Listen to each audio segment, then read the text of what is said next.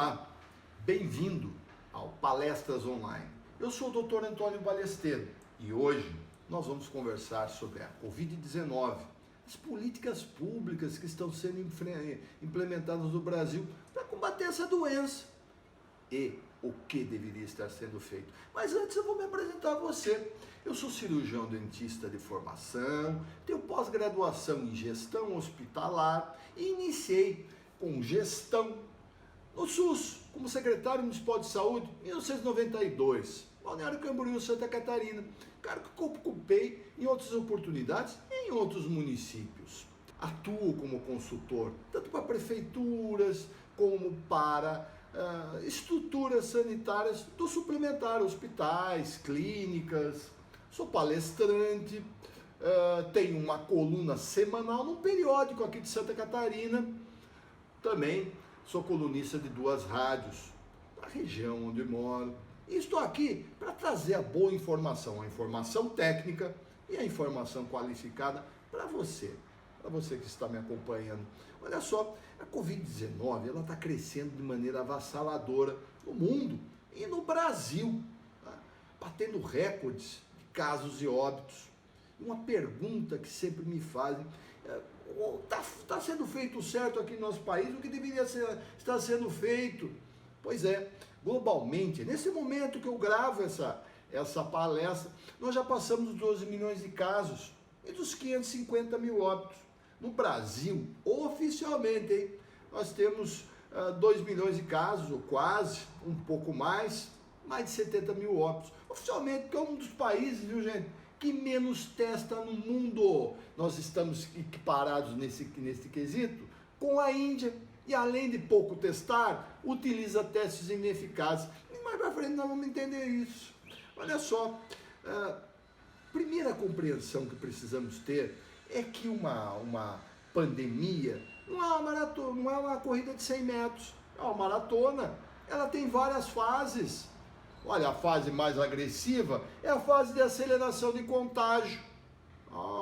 Esta fase dura de 4 a 7 semanas.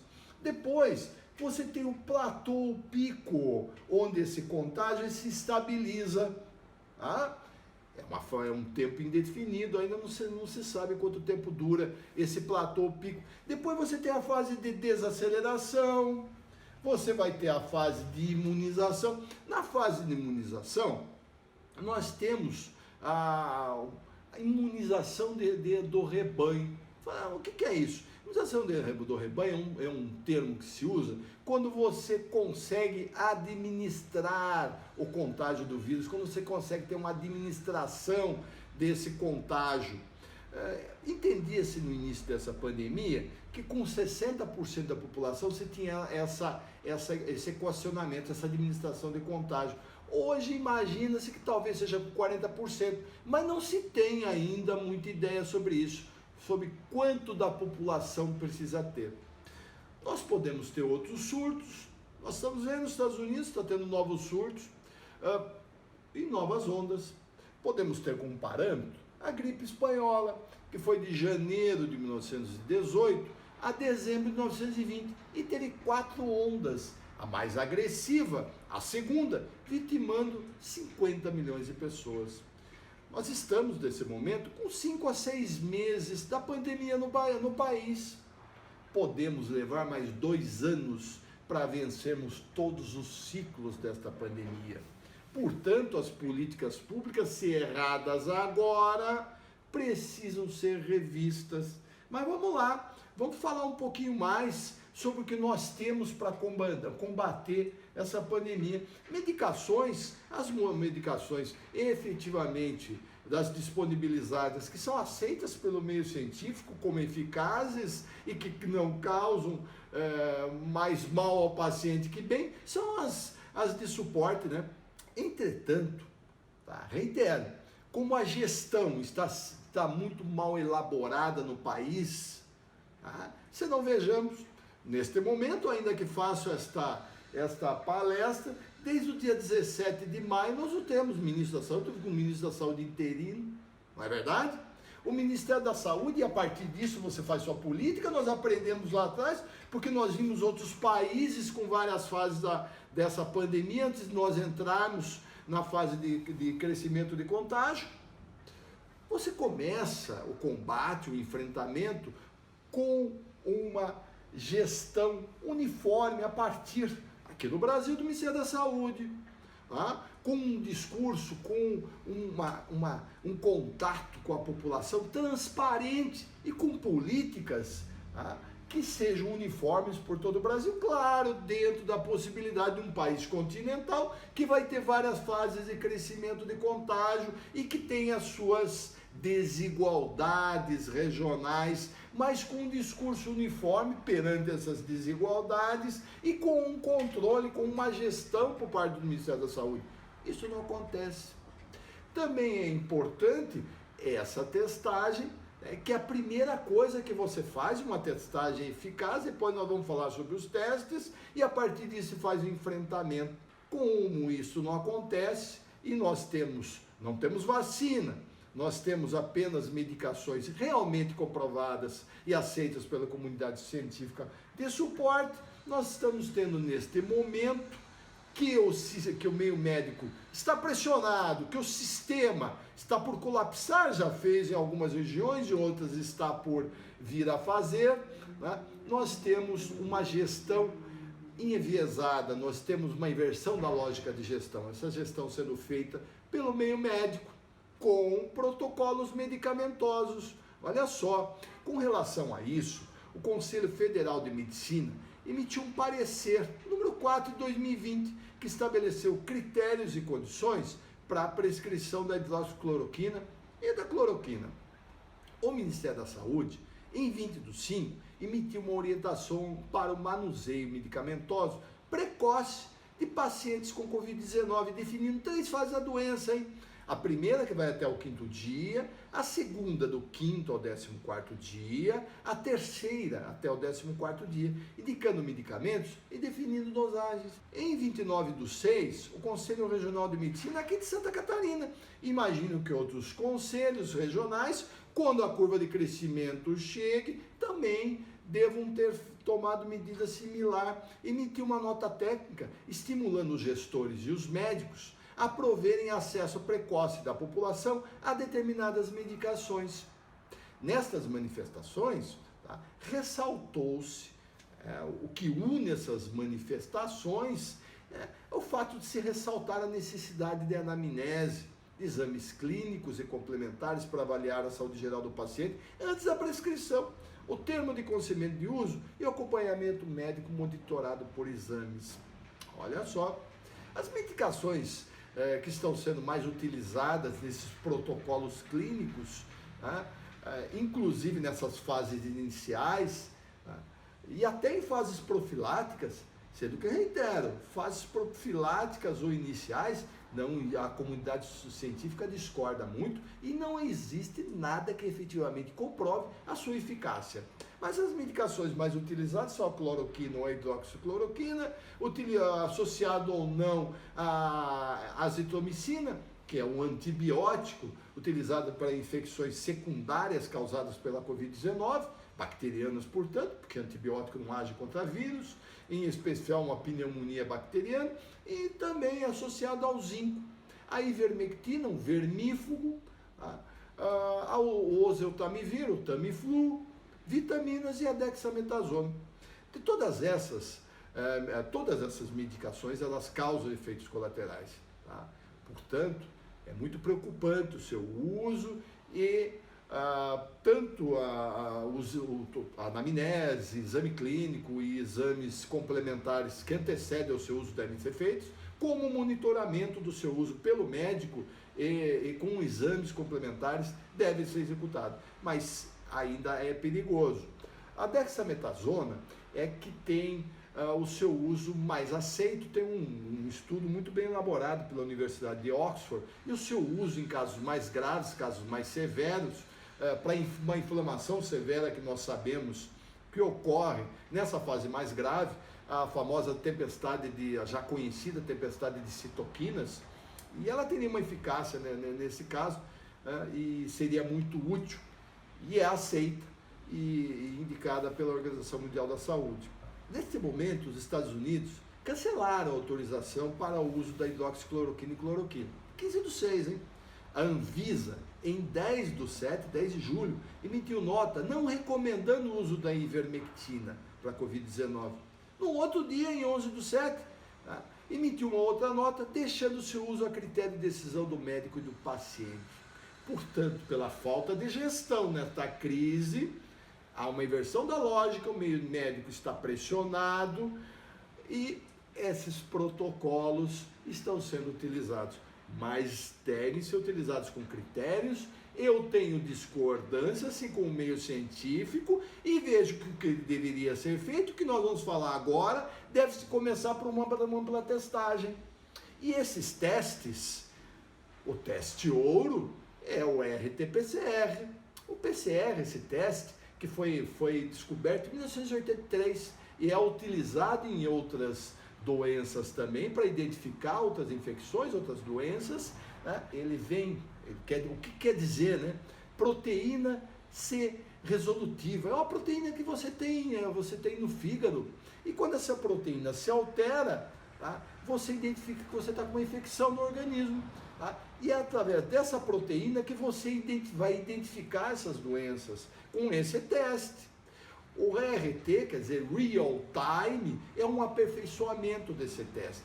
Ele tem quase 100% de eficácia quando utilizado até o 5º dia de contágio com o paciente ativo. Então, a partir deste teste, você vai identificar os ativos, você vai poder romper a cadeia de contágio através de ações de governança, distanciamento social, tá? Você pode fazer um distanciamento social seletivo por ruas, por grupos, por bairros, por cidades, por regiões, ou vir até com um distanciamento social ampliado, ou até um lockdown, se for o caso, mas trabalhando no claro. E nós sabemos que o distanciamento social ampliado, né, e é a ferramenta que nós temos, prevenção, portanto, realmente eficaz, ele causa problemas severos à economia, problemas de ordem psicológica. E nós, se você trabalhar no escuro, como faz o Brasil, você não sabe os resultados práticos, se você está efetivamente achatando a curva de crescimento de contágio ou só está postergando mais para frente. Nós temos também como um apoio a esse teste ouro, os testes sorológicos rápidos, que você faz entre o 7º e o 8º dia de contágio, portanto, para pacientes sintomáticos, e você utiliza muito para monitoramento dos atores da saúde, para você identificar, fazer uma pesquisa de bairro, de volume de contaminados, mas ele é absolutamente ineficaz, hein? Ele tem eficácia entre o 7º e o 8º dia de no máximo 30%. Portanto, ele não pode balizar políticas de enfrentamento. Por isso, disse no início que nós testamos pouco e com testes ineficazes, porque o que mais fazemos é teste rápido. Temos um terceiro teste sorológico, que também é sorológico, o mais conhecido deste é o ELISA, que vai ser muito utilizado, já deveria estar começando a sê-lo, para identificar as pessoas que foram contaminadas, mas não estão ativas. É um teste ouro também. A partir desse teste, você institui políticas que vêm diretamente focadas, obviamente, no distanciamento social. Reitero, os protocolos medicamentosos podem até ser utilizados, mas não podem embasar políticas. Aqui em Santa Catarina, onde resido, vou relatar o que acontece aqui, que é um caso bastante interessante.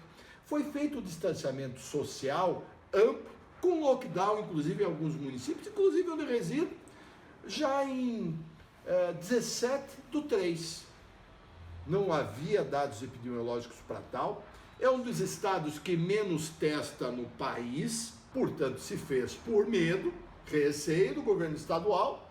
Naquela época você ainda não estava à mercê dos municípios identificarem os seus serviços essenciais, né?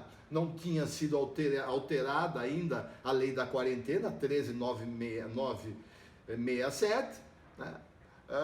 979, não tinha sido alterado ainda, portanto, o Estado podia fazer fazer esse tipo de procedimento. E o fez. O que utilizou-se como discurso para se fazer? O fato de se preparar o sistema. E olha, Santa Catarina tem o 5º parque hospitalar do Brasil. Preparou o sistema? Não, até este momento não. Em realidade não. No momento que faço essa palestra, a curva de crescimento está incidindo em Santa Catarina. Foi, na verdade, postergada o início dessa curva de crescimento de contágio para o inverno. E aqui nós temos a sazonalidade, nós temos doenças sazonais de inverno. E claro, seria muito pior nós temos essa curva de crescimento no inverno. Não sabemos os dados, os benefícios disso. O que deveria estar sendo feito aqui? Nós temos uma logística muito interessante no estado, de associações de municípios muito bem estruturadas, muito vertebradas, que capilarizam o estado todo. Olha só, paralelamente a isso, nós temos perante o Sistema Único de Saúde as comissões intergestoras regionais, que são câmaras técnicas do SUS. Como você tem em nível estadual, a Comissão Intergestora Bipartite, e em nível nacional, a Comissão Intergestora Tripartite. Essas 3 comissões, que abrigam municípios e o Estado, a regional em menor proporção, a bipartite do Estado todo, com municípios do Estado todo com o Estado, e a tripartite, governo federal, governo estadual e governos estaduais e também os municípios, ali, naquelas câmaras técnicas, legalmente, pela legislação vigente, se discutem as políticas regionais, estaduais, nacionais e a implementação das mesmas. Olha só, Santa Catarina tem essa estrutura das associações dos municípios e nós temos, Brasil todo, as câmaras técnicas do SUS. Entendo que as políticas deveriam ser regionalizadas por comando do Ministério da Saúde, mas com essa logística. A testagem seria fundamental. Estimular também a indústria nacional. Nós temos dificuldades de comprarmos insumos, de comprarmos equipamentos, e o principal fornecedor sempre foi a China, mão de obra barata. Estimular a indústria nacional nesse momento de crise. Nós temos aqui em Santa Catarina a VEG de Jaraguá do Sul produzindo respiradores. Quantas empresas não poderiam produzir tantas coisas no Brasil e outras já o fazem, poderiam ser estimuladas a fazer em maior proporção, em escala. Nós temos laboratórios maravilhosos no Brasil. Na iniciativa privada temos o DASA, temos o Instituto Fleury, outros tantos espalhados pelos estados. Nós temos a Fiocruz, tem 2 indústrias, uma de medicação, outra de vacinas, principais fornecedores do Ministério da Saúde. Nós temos o Instituto Adolfo Lutz, nós temos o Instituto Butantan. Olha só, por que isso não foi feito? Uma discussão que deveria ser feita e poderia ser implementada ainda, até porque uma pandemia é uma maratona e vão ter outras fases. Aqui em Santa Catarina, voltando para cá, então, também estimular a indústria nacional, usar essa logística das associações dos municípios, e muitas dessas associações, elas se batem com os mesmos municípios da Comissão Intergestora Regional. E mais, também no Brasil, mas em Santa Catarina, essas associações de municípios têm consórcios de saúde, que é uma figura legal, paritada pela Lei Federal 11.107 de 2005, que é o marco regulatório dos consórcios, que permite uma série de ações. Aqui nós temos, nesses consórcios, os municípios fazem um rateio anual com destinação de recursos mensal. Alguns consórcios mais desenvolvidos, outros tantos relativizados para compra de exames e consultas. A partir disso, regionalmente, se fazer políticas de enfrentamento com ampla testagem, distanciamento social, estruturação do sistema hospitalar. Santa Catarina, Brasil da mesma forma, com o controle do Ministério da Saúde. Levando-se em conta também que, com relação a vacinas, olha só, nós não temos vacina nesse momento. Nós temos 136 sendo testadas no mundo, 21 em estágio mais avançado, 2 em testes no Brasil. 136 sendo implementadas, 21 já em testes mais avançados e 2 no Brasil. Uma delas, de uma empresa farmacêutica chinesa, tá? Que está sendo a Sinovac, tá? Que está sendo implementada no Brasil com transferência de tecnologia para o Instituto Butantan, com o governo do estado de São Paulo. E uma segunda, que é a de Oxford, né? Que está sendo vista como muito promissora, em parceria com a Universidade Federal de São Paulo, a Unifest, e o Instituto DOR. Tá? Espera-se ter vacina no final do ano, no ano que vem. Lembrando que nós não temos vacina para coronavírus, hein? Nós temos o SARS-CoV, 2003, surgindo na própria China, originou a doença SARS, não tem vacina. Nós temos o MERS, do Oriente Médio, né? Também é uma outra transformação do coronavírus. MERS-CoV, originou a doença MERS, não temos vacina para o coronavírus. Nós temos vacina para o resfriado, para o vírus influenza, a qual deve ser renovada anualmente, até porque as cepas virais, o vírus influenza, ele se transforma em novas cepas virais e essa vacina ela tem que ser aperfeiçoada. E também ela tem uma latência de 1 ano, ela tem que ser, você tem que ser novamente imunizado. E aí, com relação à vacina ainda, nós pensávamos que a imunização duraria mais, mas está se pensando, está se vendo na prática, está se conhecendo essa doença ainda, o vírus e a doença, né, que nós teremos que possivelmente fazer um reforço, não vai ser só uma dose, mas ainda se reveste de importância as medidas de enfrentamento que nós temos, e a mais eficaz, a comprovada é o distanciamento social, mas antecede a isso a testagem com testes realmente eficazes, que são os laboratoriais, assessorados complementarmente com os testes rápidos. Nós temos, portanto, a partir disso, as políticas de enfrentamento, distanciamento social, protocolos medicamentosos podem até ser utilizados, mas com muito zelo e cuidado, há muita discussão. Isto não é feito no país. Lamentavelmente não é feito no nosso país. Mas ainda há tempo e há necessidade. Como disse no início, uma pandemia não é uma corrida de 100 metros, é uma maratona. Como disse também no início, nós estamos com 5 a 6 meses essa pandemia no país, no momento que gravo essa palestra. Pode durar e possivelmente dure em todos os seus ciclos por volta de 2 anos e podemos ter novos surtos, podemos ter novas ondas, podemos, portanto, ter novas fases de crescimento país afora. Olha, pessoal, a você que está me acompanhando, você que está me assistindo, palestras online, trarei novos conteúdos, novas palestras, novas informações para você, senhor, para a senhora, para você, estudante, para você cursando de cursos superiores. Continue comigo, continue conosco no Palestras Online.